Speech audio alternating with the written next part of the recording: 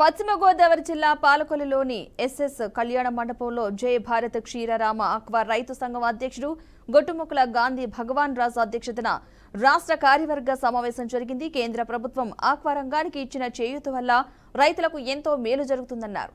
ఈ సందర్భంగా ఎన్డీఏ ప్రభుత్వానికి కృతజ్ఞతలు తెలిపారు. రొయ్యల మేతలు, రొయ్యలు ఎగుమతిపై సుంకాలను తగ్గించడంపై ప్రధాని నరేంద్ర మోదీకి, మంత్రి నిర్మలా సీతారామన్ కు కృతజ్ఞతలు తెలిపారు.